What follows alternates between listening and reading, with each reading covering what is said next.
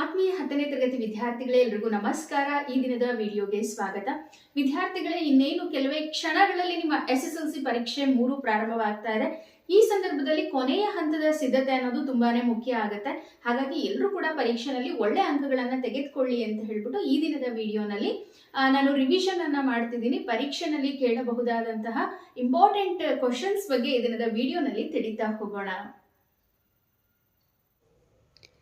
ವಿದ್ಯಾರ್ಥಿಗಳೇ, ಮೊದಲನೇದಾಗಿ ನಿಮಗೆ ಗೊತ್ತಿರೋ ಥರ ಕವಿ ಪರೀಕ್ಷೆ 6 ಅಂಕಗಳಿಗೆ ಇರುತ್ತೆ. ಸೊ ಹಾಗಾಗಿ ಮೊದಲು ನಾನು ಇಂಪಾರ್ಟೆಂಟ್ ಆಗಿರ್ತಕ್ಕಂತಹ ಕವಿ ಪರೀಕ್ಷೆಗಳನ್ನು ಹೇಳ್ಬಿಡ್ತೀನಿ. ನಾನು ಇಲ್ಲಿ ತುಂಬಾ ಈಸಿಯಾಗಿ ನೀವು ನೆನ್ಪಿಟ್ಕೊಳ್ಳೋ ಥರ ಹೇಳ್ತೀನಿ. ಹಾಗೆ ನಿಮಗೆ ರಿವಿಷನ್ ಥರ ಕೂಡ ಆಗುತ್ತೆ. ಇನ್ನೇನು ನಾಳೆ ಬರೀತಕ್ಕಂತಹ ಪರೀಕ್ಷೆನಲ್ಲಿ ಕವಿ ಪರೀಕ್ಷೆ ನೀಟಾಗಿ ಕಲ್ತ್ಕೊಂಡ್ರಿ ಅಂತ ಹೇಳಿದ್ರೆ 6ಕ್ಕೆ 6 ಅಂಕಗಳನ್ನು ಪಡೆದುಕೊಳ್ತೀರಾ. ಇಲ್ಲಿ ನಾನು ಕವಿಗಳ ಕಾಲದ ಆಧಾರದ ಮೇಲೆ ನಾನು ಕವಿ ಪರಿಚಯವನ್ನು ತಿಳಿಸ್ತಾ ಇದ್ದೀನಿ. ಮೊದಲನೇದಾಗಿ ಪಂಪ. ಈತನ ಕಾಲ 902, ಜನನ ಸ್ಥಳ ವೆಂಗಿ ಮಂಡಲದ ವೆಂಗಿಪಳು. ಈತನ ಕೃತಿಗಳು ಆದಿಪುರಾಣ, ವಿಕ್ರಮಾರ್ಜುನ, ವಿಜಯ. ಈತನಿಗೆ ಬಂದಿರತಕ್ಕಂತಹ ಬಿರುದುಗಳು ಅಂತ ಹೇಳಿದ್ರೆ ಸಂಸಾರ ಸಾರೋದಯ, ಸರಸ್ವತಿ ಮಣಿಹಾರ, ಕವಿತಾ ಗುಣಾರ್ಣವ ಅಂತ ಹೇಳಿ. ಇನ್ನು ನಂತರ ರನ್ನ. ಈತನ ಕಾಲ 949, ಬಾಗಲಕೋಟೆ ಜಿಲ್ಲೆಯ ಮುದೋಳ ಈತನ ಸ್ಥಳ. ಈತನ ಕೃತಿಗಳು ಅಂತ ಹೇಳಿದ್ರೆ ಗದಾಯುದ್ಧ, ಪರಶುರಾಮ ಚರಿತಂ, ಚಕ್ರೇಶ್ವರ ಚರಿತಂ, ಅಜಿತ ತೀರ್ಥಂಕರ ಪುರಾಣ ತಿಲಕಂ. ಹಾಗೆ ಈತನಿಗೆ ಇದ್ದಂತಹ ಬಿರುದು ಅಂದರೆ ಕವಿ ಚಕ್ರವರ್ತಿ ಅಂತ ಹೇಳಿ. ನಂತರ ಶಿವಕೋಟ್ಯಾಚಾರ್ಯ ಅವರು 10ನೇ ಶತಮಾನ, ಬಳ್ಳಾರಿ ಜಿಲ್ಲೆ ಹಗರಿಬೊಮ್ಮನಹಳ್ಳಿ ತಾಲೂಕಿನ ಕೋಗಳಿ ಗ್ರಾಮ, ವಡ್ಡಾರಾಧನೆ ಅಂತಕ್ಕಂತಹ ಕೃತಿಯನ್ನು ರಚನೆ ಮಾಡಿದ್ದಾರೆ. ಕನ್ನಡದ ಮೊದಲ ಗದ್ಯ ಕೃತಿಗಾರ ಅಂತಕ್ಕಂಥ ಬಿರುದು ಇವರಿಗಿದೆ. ನಂತರ ಕುಮಾರವ್ಯಾಸ. ಈತನ ಕಾಲ 1430, ಈತನ ಸ್ಥಳ ಗದಗ್ ಪ್ರಾಂತ್ಯದ ಕೋಳಿವಾಡ. ಈತನ ಕೃತಿಗಳು ಯಾವುದು ಅಂತ ಹೇಳಿ ನೋಡೋದಾದರೆ ಕರ್ನಾಟಕ ಭಾರತ ಕಥಾಮಂಜರಿ ಮತ್ತು ಐರಾವತ. ಈತನ ಬಿರುದು ರೂಪಕ ಸಾಮ್ರಾಜ್ಯ ಚಕ್ರವರ್ತಿ. ನಂತರ ಲಕ್ಷ್ಮೀಶ.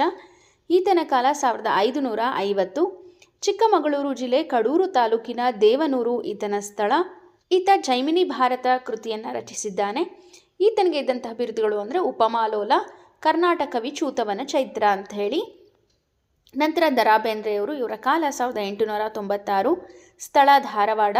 ಕೃತಿಗಳು ಗರಿ, ಕೃಷ್ಣಕುಮಾರಿ, ಉಯ್ಯಾಲೆ, ಸಖಿ ಗೀತ, ನಾದಲೀಲೆ, ಗಂಗಾವತರಣ, ಮೇಘದೂತ ಹಾಗೂ ಸೂರ್ಯಪಾನ.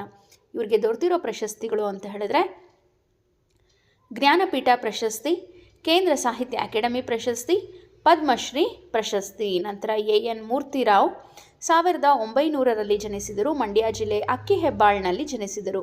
ಇವರ ಕೃತಿಗಳು ಹಗಲುಗನಸುಗಳು, ಅಲೆಯುವ ಮನ,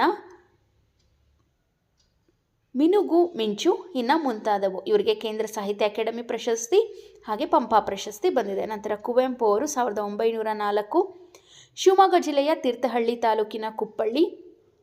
ಇವರ ಕೃತಿಗಳು ಕೊಳಲು, ಪಾಂಚಜನ್ಯ, ಪಕ್ಷಿಕಾಶಿ, ಕಾನೂರು ಹೆಗ್ಗಡತಿ, ತಪೋನಂದನ, ರಸೋವೈಸಹ, ಜಲಗಾರ, ಯಮನಸೋಲು, ಬೆರಳ್ಗೆ ಕೊರಳ್, ಅಮಲನ ಕತೆ ಮುಂತಾದವು.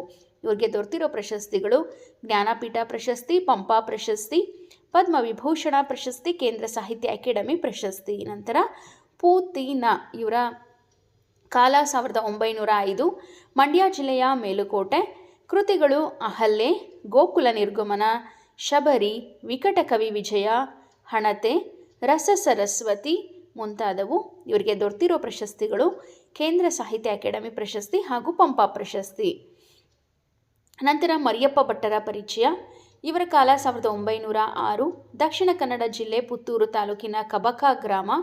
ಇವರ ಕೃತಿಗಳು ತುಳು ಇಂಗ್ಲಿಷ್ ನಿಘಂಟು, ಅಭಿನವ ಮಂಗರಾಜನ ನಿಘಂಟು, ಛಂದಸ್ಸಾರ, ಜಾತಕ ತಿಲಕಂ. ಹಾಗೆ ಇವರಿಗೆ ಕರ್ನಾಟಕ ಸರ್ಕಾರದ ಪುರಸ್ಕಾರ, ಸಾಹಿತ್ಯ ಅಕಾಡೆಮಿ ಪ್ರಶಸ್ತಿ ಸಿಕ್ಕಿದೆ. ವಿಕ್ರು ಗೋಕಾಕ್. ಇವರ ಕಾಲ 1909, ಹಾವೇರಿ ಜಿಲ್ಲೆಯ ಸವಣೂರಿನಲ್ಲಿ ಇವರು ಜನಿಸಿದರು. ಇವರ ಕೃತಿಗಳು ಸಮುದ್ರ ಗೀತಗಳು, ಪಯಣ, ಉಗಮ, ಈಜ್ಜೋಡು, ಸಮರಸವೇ ಜೀವನ, ಭಾರತ, ಸಿಂಧು ರಶ್ಮಿ. ಪ್ರಶಸ್ತಿಗಳು ಜ್ಞಾನಪೀಠ ಪ್ರಶಸ್ತಿ, ಪದ್ಮಶ್ರೀ ಪುರಸ್ಕಾರ, ಕೇಂದ್ರ ಸಾಹಿತ್ಯ ಅಕಾಡೆಮಿ ಪುರಸ್ಕಾರ. ನಂತರ GS ಶಿವರುದ್ರಪ್ಪ 1926, ಶಿವಮೊಗ್ಗ ಜಿಲ್ಲೆಯ ಶಿಕಾರಿಪುರ. ಸಾಮಗಾನ, ಚಲುವು ಒಲುವು, ದೀಪದ ಹೆಜ್ಜೆ, ಅನಾವರಣ, ಸೌಂದರ್ಯ ಸಮೀಕ್ಷೆ ಮುಂತಾದವು. ಪ್ರಶಸ್ತಿಗಳು ಕೇಂದ್ರ ಸಾಹಿತ್ಯ ಅಕಾಡೆಮಿ ಪ್ರಶಸ್ತಿ, ಪಂಪಾ ಪ್ರಶಸ್ತಿ, ನಾಡೋಜ ಪ್ರಶಸ್ತಿ. ನಂತರ ಸಾರಾ ಅಬೂಬಕರ್ 1936, ಕಾಸರಗೋಡು, ಚಂದ್ರಗಿರಿಯ ತೀರದಲ್ಲಿ, ಸಹನ, ಕದನ ವಿರಾಮ, ವಜ್ರಗಳು, ಸುಳಿಯಲ್ಲಿ ಸಿಕ್ಕವರು, ತಳ ಒಡೆದ ದೋಣಿಯಲ್ಲಿ, ಕೆಡ್ಡ, ಚಪ್ಪಲಿಗಳು, ಪಯಣ ಮುಂತಾದವು. ಇವರಿಗೆ ಕನ್ನಡ ಸಾಹಿತ್ಯ ಪರಿಷತ್ತಿನ ಪ್ರಶಸ್ತಿ ಹಾಗೆ ನೃಪತುಂಗ ಪ್ರಶಸ್ತಿ ಬಂದಿದೆ. DS ಜಯಪ್ಪಗೌಡ, ಇವರ ಕಾಲ 1947, ಚಿಕ್ಕಮಗಳೂರು ಜಿಲ್ಲೆ ಮೂಡಗೆರೆ ತಾಲೂಕಿನ ದಾರದಹಳ್ಳಿಯಲ್ಲಿ ಜನಿಸಿದರು. ಕರ್ನಾಟಕದ ಕಡಲಾಚೆಯ ಸಂಪರ್ಕಗಳು, ಕರ್ನಾಟಕ ಗ್ರಾಮೀಣ ಸಂಸ್ಥೆಗಳು, ಮೈಸೂರು ಒಡೆಯರು, ಜನಪದ ಆಟಗಳು ಇವರ ಕೃತಿಗಳು. ಇವರಿಗೆ ಕರ್ನಾಟಕ ಸಾಹಿತ್ಯ ಅಕಾಡೆಮಿ ಪ್ರಶಸ್ತಿ ಲಭಿಸಿದೆ. ಕೊನೆಯದಾಗಿ ದೇವನೂರ ಮಹಾದೇವ, ಇವರ ಕಾಲ 1948, ಮೈಸೂರು ಜಿಲ್ಲೆ ನಂಜನಗೂಡು ತಾಲೂಕಿನಲ್ಲಿ ಜನಿಸಿದರು. ಕೃತಿಗಳು ದ್ಯಾವನೂರು, ಒಡಲಾಳ, ಗಾಂಧಿ ಮತ್ತು ಮಾವೋ, ನಂಬಿಕೆಯ ನಂಟ, ಎದೆಗೆ ಬಿದ್ದ ಅಕ್ಷರ ಮುಂತಾದವು. ಇವರಿಗೆ ಕೇಂದ್ರ ಸಾಹಿತ್ಯ ಅಕಾಡೆಮಿ ಪ್ರಶಸ್ತಿ, ಭಾರತೀಯ ಭಾಷಾ ಪ್ರಶಸ್ತಿ ದೊರೆತಿದೆ. ಇದಿಷ್ಟು ಕವಿ ಪರಿಚಯಗಳನ್ನು ನೀವು ಓದ್ಕೊಳ್ಳಿ. ಇವಾಗ ನಂತರ ವಿದ್ಯಾರ್ಥಿಗಳೇ ಪ್ರಶ್ನೆ ಪತ್ರಿಕೆಯಲ್ಲಿ ನೋಡಿರ್ಬೋದು 5 ಅಂಕಗಳಿಗೆ ಪತ್ರಲೇಖನವನ್ನು ಕೇಳಿರ್ತಾರೆ. ಸೊ ಹಾಗಾಗಿ 5ಕ್ಕೆ 5 ಅಂಕಗಳನ್ನು ತೆಗೆಯೋದು ಸುಲಭವಾಗಲಿ ಅಂತ ಹೇಳಿ ಒಂದು ಪತ್ರವನ್ನು ಹೇಗೆ ಬರೆಯೋದು ಅಂತ ಹೇಳಿ ತೋರಿಸ್ತಾ ಇದ್ದೀನಿ. ಇಲ್ಲಿ ವೈಯಕ್ತಿಕ ಪತ್ರ ಮತ್ತು ವ್ಯಾವಹಾರಿಕ ಪತ್ರಗಳನ್ನು ಕೊಟ್ಟಿರ್ತಾರೆ. ನೀವು ವ್ಯಾವಹಾರಿಕ ಪತ್ರವನ್ನು ಆಯ್ಕೆ ಮಾಡಿಕೊಂಡ್ರೆ ಸೂಕ್ತ ಅನ್ನೋದು ನನ್ನ ಅಭಿಪ್ರಾಯ. ಇಲ್ಲಿ ಒಂದು ಟಾಪಿಕ್ ಇದೆ, ನಿಮ್ಮನ್ನು ಬೆಳಗಾವಿಯ ನಿವಾಸಿ ಭೂಮಿಕಾ ಅಂತ ಹೇಳಿ ಭಾವಿಸ್ಕೊಂಡು ಚೆನ್ನಮ್ಮ ಬಡಾವಣೆಯಲ್ಲಿರುವ ಸಾರ್ವಜನಿಕ ಗ್ರಂಥಾಲಯವನ್ನು ಸುಸಜ್ಜಿತಗೊಳಿಸಿಕೊಡುವಂತೆ ಕೋರಿ ಮಹಾನಗರ ಪಾಲಿಕೆ ಆಯುಕ್ತರಿಗೆ ಪತ್ರ ಬರೆಯಿರಿ ಅಂತೇಳಿ ಕೊಟ್ಟಿದ್ದಾರೆ. ನೋಡಿ, ಇಲ್ಲಿ ಫ್ರಮ್ ಅಡ್ರೆಸ್ಸು ಹಾಗೆ ಟು ಅಡ್ರೆಸ್ ಎಲ್ಲ ಕೂಡ ಅಲ್ಲೇ ಇರುತ್ತೆ. ನೀಟಾಗಿ ನೋಡ್ಕೊಂಡು ಬರೀಬೇಕಾಗುತ್ತೆ. ಮೊದಲನೇದಾಗಿ ಈ ಕಡೆ ದಿನಾಂಕವನ್ನು ಹಾಗೆ ಸ್ಥಳವನ್ನು ಹಾಕಬೇಕು. ಇವರಿಂದ ಭೂಮಿಕಾ, ಚೆನ್ನಮ್ಮ ಬಡಾವಣೆ, ಬೆಳಗಾವಿ, ಇವರಿಗೆ ಮಾನ್ಯ ಆಯುಕ್ತರು, ಮಹಾನಗರ ಪಾಲಿಕೆ ಬೆಳಗಾವಿ, ಮಾನ್ಯರೇ. ನಂತರ ವಿಷಯ ಅಂತ ಬರೀಬೇಕಾಗುತ್ತೆ. ಬೆಳಗಾವಿಯ ಚೆನ್ನಮ್ಮ ಬಡಾವಣೆಯಲ್ಲಿರುವ ಸಾರ್ವಜನಿಕ ಗ್ರಂಥಾಲಯವನ್ನು ಸುಸಜ್ಜಿತಗೊಳಿಸಿಕೊಡುವಂತೆ ಕೋರಿ ಮನವಿ.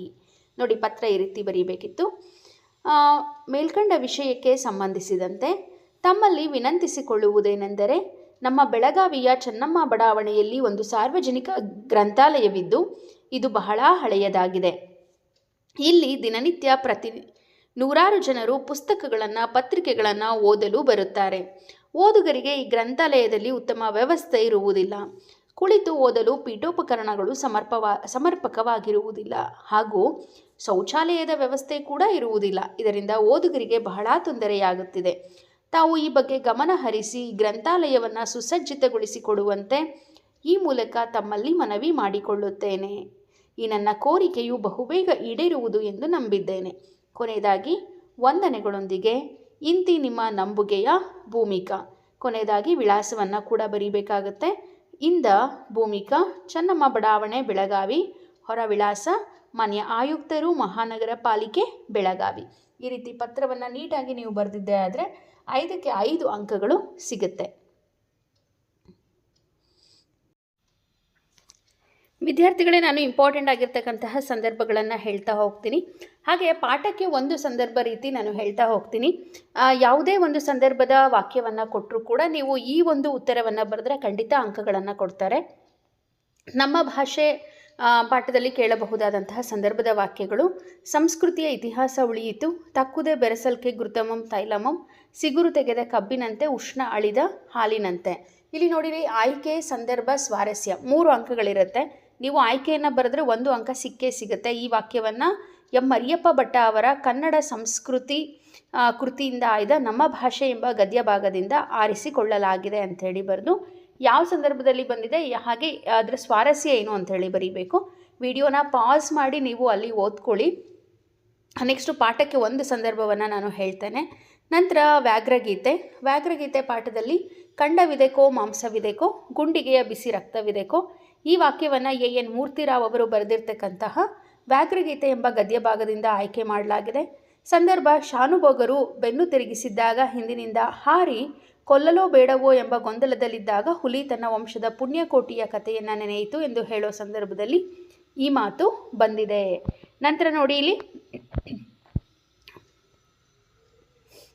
3ನೇ ಪಾಠ ಭಾಗ್ಯಶಿಲ್ಪಿಗಳು ಪಾಠದಲ್ಲಿ ಸಾಮಾಜಿಕ ಕಾನೂನುಗಳ ಹರಿಕಾರ, ಮೈಸೂರು ಸಂಸ್ಥಾನಕ್ಕೆ ಮಾದರಿ ಮೈಸೂರು ಎಂಬ ಹೆಸರು ಬಂದಿತ್ತು.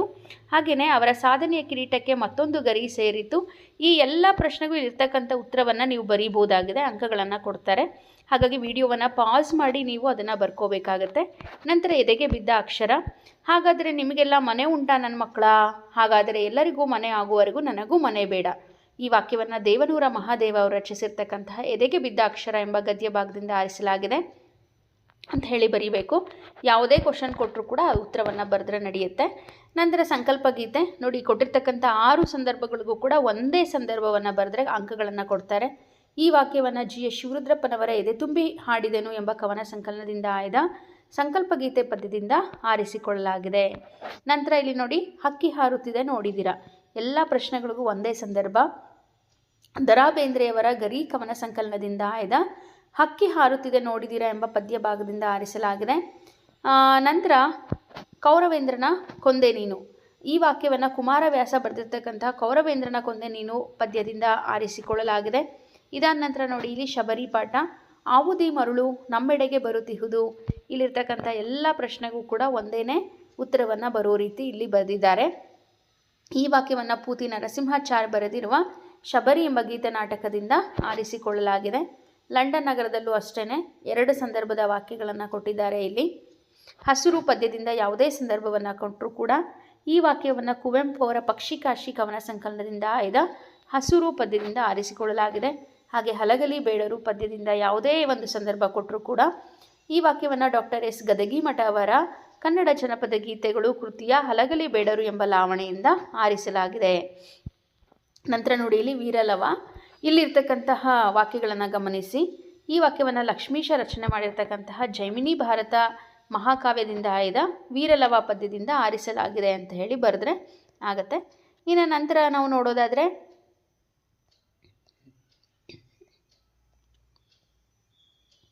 ಸರ್ ಎಂ ವಿಶ್ವೇಶ್ವರಯ್ಯನವರ ಕಂಟೆಂಟಿಂದ ನೋಡಿ, ಇಲ್ಲಿ 3-4 ಸಂದರ್ಭಗಳನ್ನು ಕೊಟ್ಟಿದ್ದಾರೆ. ಅದಕ್ಕೆಲ್ಲ ಒಂದೇ ಉತ್ತರ ಇದೆ. ಹಾಗೆ ಎದೆಗೆ ಬಿದ್ದ ಅಕ್ಷರ, ಇದು ಕೂಡ ನಾನು ಹೇಳಿದ್ದೀನಿ. ಇದಾದ ನಂತರ ಇಲ್ಲಿ ಕೌರವೇಂದ್ರನ ಕೊಂದೆ ನೀನು, ಮಾರಿಗೌತಣವಾಯಿತು ನಾಳಿನ ಭಾರತವು, ಮಹಿಯ ರಾಜ್ಯದ ಸಿರಿಗೆ ಸೋಲುವನಲ್ಲ, ಚಲಮನೆ ಮೆರೆ ವೆಂಪಾಟದ ಯಾವುದೇ ಸಂದರ್ಭ ಕೊಟ್ಟರು ಕೂಡ ಇದೇ ಉತ್ತರವನ್ನು ಬರೀರಿ. ಯುದ್ಧ ಪಾಠ. ಸೊ ಅಲ್ಲಿ ಸಿಚುವೇಶನ್ನ ನೋಡಿಕೊಂಡು ಒಂದು ಸ್ವಲ್ಪ ನೆನ್ಪಿಟ್ಕೊಂಡು ಬರೀರಿ. ಸೊ ಇದಿಷ್ಟು ಇಂಪಾರ್ಟೆಂಟ್ ಪ್ರಬಂಧಗಳು ಅಂತೇಳಿ ಹೇಳ್ತಾ, ಸೊ ತಡ ಮಾಡಬೇಡಿ. ಇನ್ನೇನು ನಾಳೆನೇ ನಿಮ್ಮ ಪರೀಕ್ಷೆ ಪ್ರಾರಂಭವಾಗ್ತಾ ಇದೆ. ಎಲ್ಲರೂ ಕೂಡ ಚೆನ್ನಾಗಿ ಓದಿ ಪರೀಕ್ಷೆನ ಚೆನ್ನಾಗಿ ಬರೀರಿ. All the best.